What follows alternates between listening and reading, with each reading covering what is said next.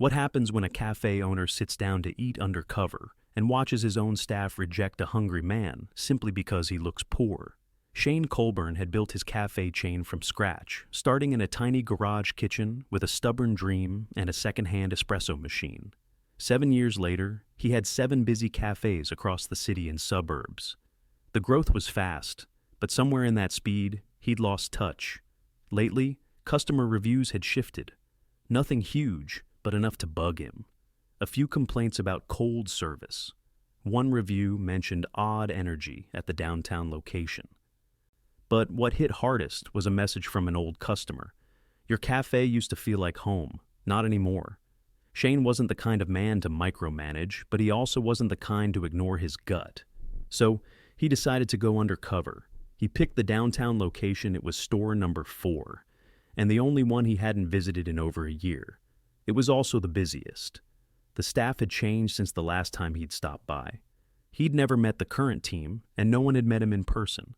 Shane usually handled high-level stuff with the district manager, who hadn't stepped in recently either, due to personal leave. He grew a bit of a beard, wore a plain hoodie, jeans, and a scuffed ball cap, added a pair of wireframe glasses. He looked like any other guy on his lunch break. He named himself Sam for the day. It was a Wednesday morning when he walked into his own cafe, quietly slipping into a corner booth. The place was half full, music low, espresso machines humming. At first glance, everything seemed fine. The girl behind the counter was a tall redhead with a sharp look in her eyes. Her name tag read Jessie. She didn't smile at customers, didn't even look up when she spoke. Shane watched her take 3 orders without a single thank you. He ordered a black coffee and a turkey sandwich. Jessie didn't make eye contact. Name? She asked, bored. Sam. He sat down and watched. The guy working the espresso machine was different. Young, maybe 20. Brown curls under a backwards cap. Every customer got a smile from him. He even wiped the counter between drinks. His name tag said, Miles. Hey, miss, your latte, Miles called out cheerfully. Hope your morning's better with caffeine. Shane noted it. 10 minutes in, a disheveled man pushed open the door. Torn coat, dirty jeans, maybe mid-50s. He walked slowly to the counter, holding a few crumpled bills. Jessie looked up and her face changed.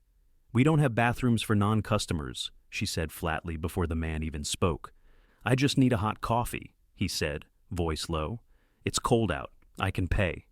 Jessie crossed her arms. You need to leave. Shane sat frozen. The man looked down at his bills. I got $4, just a small one. Please. I said no, Jessie said sharply. We don't serve people like you. Take it somewhere else. Shane stood up. Before he could speak, Miles stepped out from behind the machine. Jessie, come on, he said quietly. He's not doing anything wrong. He's not our customer, she snapped. He's just here to loiter. Shane's pulse pounded. He watched as the man turned, shoulders heavy, and slowly walked out the door. Shane followed him. Sir, he called out. Wait.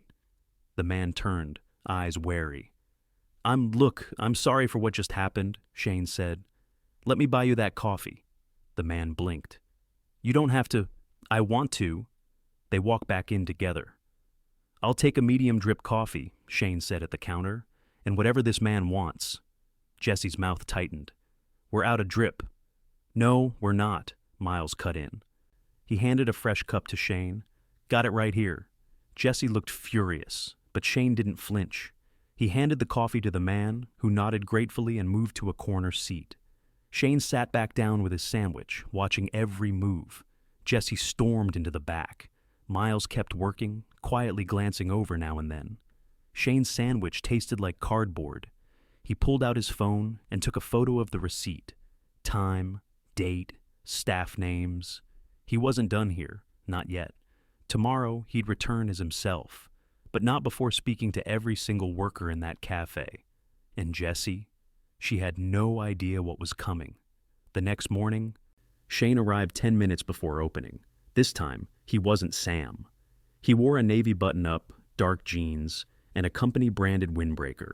No disguise, no glasses, no hoodie. He stood outside in the drizzle, watching the lights flicker on inside. Miles unlocked the door right on time. Sorry, we're not open just yet, Miles said, pulling the door halfway closed again. Shane held up a hand. I'm not a customer, he said. Name's Shane Colburn. Miles hesitated. Then his eyes widened. Oh, yes, of course, wow. Come in. Shane stepped inside. The air was thick with the scent of roasted beans and cleaning spray. The pastry case was half-stocked, the espresso machine humming as it warmed up. Jessie was behind the counter already, fiddling with her phone. She didn't look up. Shane turned to Miles. Can I speak with the team before you open? Absolutely. I'll get everyone.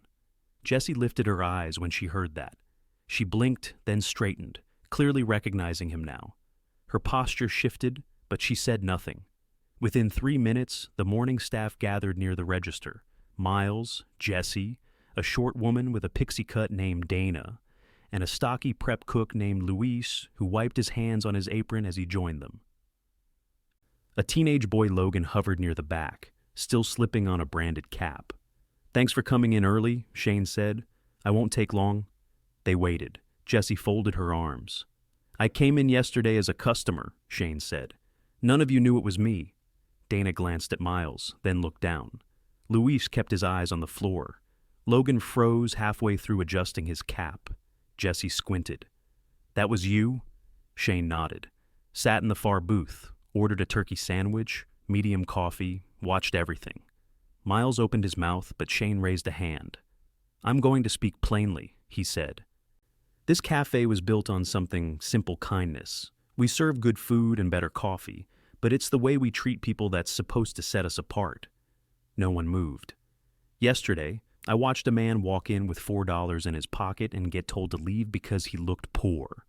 Shane's voice was steady, but his jaw tightened. He didn't yell. He didn't threaten. He asked politely for a cup of coffee, and he was turned away like garbage. Jessie's shoulders stiffened. That doesn't happen in my cafes, Shane continued. Not once, not ever. Jessie finally spoke. We get people like that all the time. They sit around, make customers uncomfortable. Some of them steal. Did this man steal? Shane asked. No, but I've seen others. I'm not asking about others. I'm asking about yesterday. She didn't answer. Miles, Shane turned.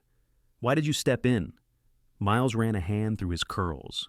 Because it felt wrong. He wasn't bothering anyone. Shane nodded once, then faced Jessie again. You've been here how long? 4 months, she said. Promoted to shift lead 6 weeks ago. He folded his arms. Who trained you? I think it was Brandon. He left last month.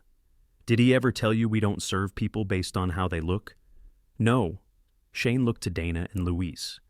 Have either of you seen this happen before? Dana hesitated. Not exactly like that, but Jessie's turned a few people away who looked kind of, rough. Luis added, Usually it's quiet, but yeah, a couple times. Shane exhaled. We're done here. Jessie, you're off the floor. She blinked. Wait, you're firing me? Yes. That's ridiculous. No. What's ridiculous is treating people like they're beneath you and calling it customer service. Take off the apron. She looked like she might argue, but then pulled the strap over her head and dropped it on the counter. You can finish your paperwork with HR this afternoon, Shane said. You won't return to this store. Jessie stormed out. The door slammed behind her. Silence lingered. Rain tapped against the windows. Shane turned back to the others. I know that was heavy, but this matters. Most of you I saw working hard yesterday. Miles, you treated every person with respect. That's who we are. Miles nodded, clearly still processing. I'm not here to babysit, Shane said, but I am going to fix this, starting today. Luis raised his hand. Can I say something? Of course. I'm not defending what she did, but we're short, like almost every shift. 2 people quit last week. Dana's been doubling up on register and restocking. Miles has been doing dishes on top of everything else. We're trying, but it's been rough. Shane looked to Dana. She nodded. Why didn't this come up through the manager reports? He asked. Luis shrugged. Our manager's barely in. She's got another location. We mostly talk to Jessie. Shane's jaw flexed. Who's acting manager right now? Morgan, Dana said, but she's only here once or twice a week. Shane took out his phone and typed a note. That changes now. He turned to Miles. I want you to step up as interim lead, if you're willing. Miles blinked. Me? You've got the right instincts. That's what we need. I mean, yeah, I'll give it a shot. Good. You won't do it alone. I'm sending in a full-time manager from another location to help. Today. Her name's Becca. She'll be here by noon. You'll report to her. Dana looked relieved. Logan exhaled visibly. Shane glanced at the clock. Doors open in 5. Let's reset. Clean start. As the staff moved to their stations, Shane walked to the table where the man had sat the day before, the empty corner near the window. He stood there for a moment, then turned and walked to the register. Miles stood behind the counter. You okay? I will be, Shane said. But I'm not done yet. Meaning? That man, Shane said. I told him I'd be back. Miles nodded slowly. You want me to keep an eye out? No need, Shane said. I'm going to find him. He stepped out into the gray morning, the bell above the door jingling softly behind him. The drizzle had stopped, but the sidewalk was still slick. He turned left toward the alley where the man had walked the day before and started searching. He had a coffee card in his back pocket, unlimited refills, no expiration, and a note handwritten on the back. You're always welcome here, no questions. He didn't know the man's name yet, but he knew where to begin. Shane walked 3 blocks before he found the man sitting on a concrete ledge outside an old pawn shop. His coat was zipped all the way up, but the frayed edges at the sleeves couldn't hide the way his hands trembled against the morning chill. Shane slowed his pace as he approached. Morning, he said gently. The man looked up, eyes cautious, but not surprised. You again? I told you I'd be back, Shane said, pulling the coffee card and folded note from his jacket pocket. I meant it. The man took them slowly, squinting to read. You work there? He asked. I own it, Shane said. All of them. A pause stretched between them. The man traced the edge of the card with his thumb. Didn't look like an owner yesterday. I didn't want to, Shane said. I needed to see how things really felt, and I'm sorry you had to be the one to show me. The man nodded once, then tucked the card carefully into his coat. Name's Arthur, he said. Shane. Arthur glanced at the gray sky. So, that girl, she's still working there? No, Shane said. Not anymore. Arthur didn't respond right away. His eyes were on the street, watching cars pass. I don't want pity, he said finally. I just wanted to be warm for a minute, that's all. It wasn't pity, Shane said. It was respect, and overdue. Arthur gave a small grunt, then stood. Well, I can't sit here all day. I got places to be. If you ever want work, Shane said, we've got a kitchen assistant opening. It's not glamorous, but it's steady. No pressure, just putting it out there. Arthur gave him a long look. I'll think about it. Shane watched him walk away, the coffee card tucked under his arm. He returned to the café just after 10. Becca had arrived and was already reviewing the training logs behind the counter. She looked up when he came in and handed him a clipboard. They haven't been documenting anything since March, she said. No shift reviews, no inventory notes. Miles showed me the binder. It's barely used. Not surprised, Shane said. We need structure back in place fast. Already working on it.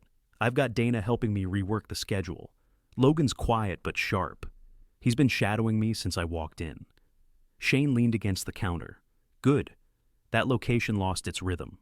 It's going to take a few weeks to settle. Becca nodded, then looked toward the back. Did you talk to him? Yeah. His name's Arthur? Is he coming back? Shane shrugged. I gave him a choice. That's what matters. By noon, the cafe had settled into a steady rhythm. Shane stayed out of the way, observing from a table near the windows. Lunch traffic was brisk but manageable. Becca moved like she'd been there for months, swift, focused, no wasted motion. Mid-shift, Miles approached with a tray of used mugs. Got a second? He asked. Shane gestured to the seat across from him. Of course. Miles sat, rubbing his hands on his apron. I wanted to ask, that shift lead thing. Are you sure about it? I am, Shane said. I mean, I've never done anything like that. I've only been here 5 months. You've got instincts that can't be taught, Shane said. You make people feel welcome, and you stood up when it counted. That's leadership. Miles looked down at the table. Thanks, I just don't want to mess it up. You won't, Shane said. But you will learn. I'll make sure of that. A moment later, Louise stepped over with a clipboard. Hey, we've got a small problem, he said. Fridge in the prep room's leaking again. It's not flooding, but there's a puddle under the bottom shelf. Shane stood. Let's have a look. Downstairs, the prep kitchen was dim and cramped. The leak wasn't major, but enough to cause concern. Shane crouched down and inspected the seal. This gasket's worn out, he said. Probably hasn't been replaced in years. Luis nodded. We've been putting towels under it. Not anymore, Shane said. I'll have a replacement ordered today. In the meantime, unplug it and move everything to fridge 2. We'll sanitize this one before it goes back in use. Back upstairs, Shane pulled Becca aside. We need a maintenance sweep across all locations, he said. If this one's slipping, others might be too. I'll coordinate it, she said. Want me to loop in district ops? Not yet, Shane said. I want eyes on everything personally first. That afternoon, Shane met with Dana at a side table while she finished her restock checklist. She was quieter than earlier, focused. You've been holding this place together, Shane said. She looked up, surprised. Me? You're the only one who noticed how much was missing. Dana shrugged. I didn't know who to tell. You do now? She hesitated, then leaned in slightly. Can I ask something? Sure. Why did you come in like that? Undercover, because the version of this place I believed in wasn't what it had become, he said, and I needed to see it clearly. Dana nodded slowly. I think it helped. We all worked like we were being watched, but not heard. Not anymore, Shane said. As the day wound down, Shane helped Logan refill tea canisters behind the counter. You've got a good eye, Shane said. You catch things before they run out. I used to help my aunt stock her corner store, Logan said. She always said if the customer sees the shelf empty, it's already too late. Shane smiled. Smart woman. She was. Logan hesitated. Is this place gonna be normal again? It'll be better than that, Shane said. But it'll take all of us. By closing time, the energy inside the cafe felt different. Not perfect, but lighter, more intentional. Staff moved with purpose, and customers lingered longer. Shane stayed behind after the last customer left. He helped Miles drag the trash bags out and swept the back hallway. Becca wiped down the espresso machine alone, a checklist propped next to her. As the final lights dimmed, the team gathered near the front door. Tomorrow starts early, Becca said. Miles, you open with me. Logan, you'll shadow prep with Luis. Dana's got register. Everyone clear? They nodded. Shane stepped forward. You all did good work today, he said. Real work. He paused, then added, This place slipped. My fault. But we're not going to let it stay that way. No one said anything, but the silence felt solid, like agreement. Shane locked the front door behind them, the air outside crisp and dry. As he walked to his car, he looked back once. The windows glowed faintly in the dark, warm against the street. Tomorrow, it would begin again. But this time, with eyes wide open. 2 weeks later, Shane stood just outside the downtown cafe, sipping a lukewarm herbal tea. The early afternoon sun was slicing through the clouds, casting long shadows across the sidewalk. He hadn't planned to come back today, but something about the way the last few days had played out at the other stores told him it was time to see how this one was holding steady. Inside, the atmosphere had shifted. The music was at a comfortable volume, a calm acoustic playlist that matched the pace of the day. The chairs were aligned, the floor swept, and the counter was clean without a single ring from a wet cup. It wasn't perfect, but it was disciplined. Miles was behind the register, nodding to a customer as he handed over a receipt. His apron was dusted with flour, and a pencil was tucked behind one ear. Luis was in the back, visible through the kitchen window, chopping something with practiced rhythm. Logan was stocking packaged snacks near the front, glancing occasionally at the register to stay in sync with the flow. Becca, clipboard in hand, was walking Dana through a new point of sale feature. They were both focused, Dana asking questions without hesitation, Becca answering without condescension. It was a quiet sort of leadership what Shane had hoped to see when he first opened this location. He stepped inside and waited by the side wall rather than announcing himself. The staff noticed him one by one, offering nods or short greetings, but no one stopped what they were doing. That he liked. "Got time for a walkthrough?" he asked Becca once she finished with Dana. "Of course," she said. "Let me grab the log." They checked the prep area first. The broken fridge had been replaced. A new shelving system had been installed to separate allergen-sensitive items. Cleaning supplies were labeled and stored exactly where they should be. There was a faint scent of lemon disinfectant, not overpowering, just enough to show the space was being maintained. Back upstairs, Shane stopped near a small bulletin board by the employee lockers. A new schedule was posted, listing names, roles, and hours in clean rows. Underneath it was a sign-up sheet for shift swaps and one for feedback anonymous if needed. "Who put up the feedback sheet?" he asked. "Miles suggested it," Becca said. "Dana made it look nice." Shane nodded. "Smart." In the seating area, two older women were sharing a pot of tea over a game of cards. A teenager in a school uniform sat nearby, with a textbook open and earbuds in. The energy was unhurried. Not sluggish, just comfortable. As Shane passed the corner booths, he paused. Arthur was there, hunched over a crossword puzzle printed from the cafe's public use tablet. A half-full coffee sat beside him, steam still rising from the lid. "Mind if I sit?" Shane asked. Arthur didn't look up right away. "Free country." Shane took the seat across from him. "What's the word today?" Arthur tapped his pen on a square. 8 letters, starts with P. Something about a fresh start. Shane leaned back. Possibly renewal? Arthur filled it in, then glanced up. "Fits." "You've been coming in often," Shane said. Arthur shrugged. "Place doesn't look at me sideways anymore. That's rare." "You think about the kitchen job at all?" Arthur slid the puzzle aside. "I've been thinking about it, but I got a bum shoulder. Can't stand longer than an hour on it without it barking at me." Shane nodded. "You don't need to be on your feet. We've got a back office inventory role opening next week. Sitting down, decent hours. If you're interested, talk to Becca." Arthur squinted. "You offering that because you feel bad?" "I'm offering it because you've been showing up. Every day, quietly, respectfully. That's more reliable than half the resumes I see." Arthur looked out the window. "All right, I'll think about it." As Shane stood to leave, Arthur added, "You fixed this place. Didn't think you'd actually do it." Shane looked around once more. "I didn't fix it. They did. I just gave it the right pressure at the right time." Later that afternoon, Becca called a quick staff check in between the post-lunch lull and the evening rush. They gathered by the prep counter, aprons loosened but not off. "We've got a health inspection window coming up," she said. "Could be any day this week. I'm confident, but I want us to be ahead of it."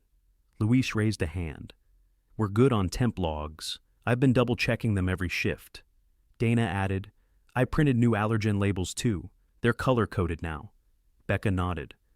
"Miles, anything from the front end?" "I cleaned out the grinder yesterday. It was overdue."